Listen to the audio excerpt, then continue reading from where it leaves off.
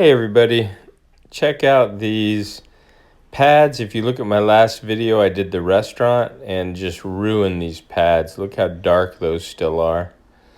So we had washed them twice regular and they were really worse than this. And then we decided to go ahead and use bleach.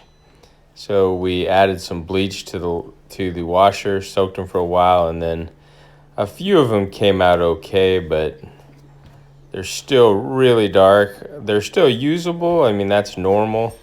The bleach will probably make them, fall apart a lot faster, so I might get another 3 months out of these before I replace them. You can see, though, some are worse than others.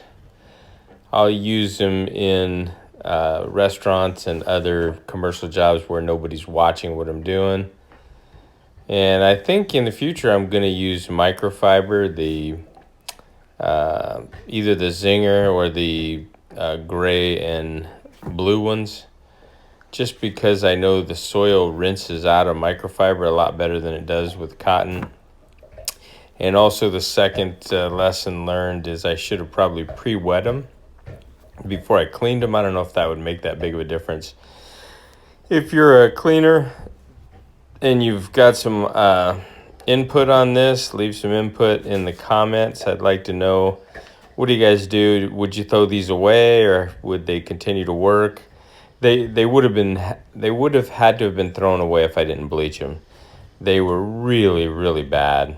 So the bleach lightened them up a little bit, and I may try it again, but I don't want to degrade the cotton too bad. But if you remember, this is the scouring pad, and I'm going to throw this away, but the pads looked just as dark as this from the restaurant soil. So chime in. I thought I'd share. You could see the white contrast in the middle. All right. Appreciate you watching, and I'll see you in my next episode. Hope everyone has a fantastic day.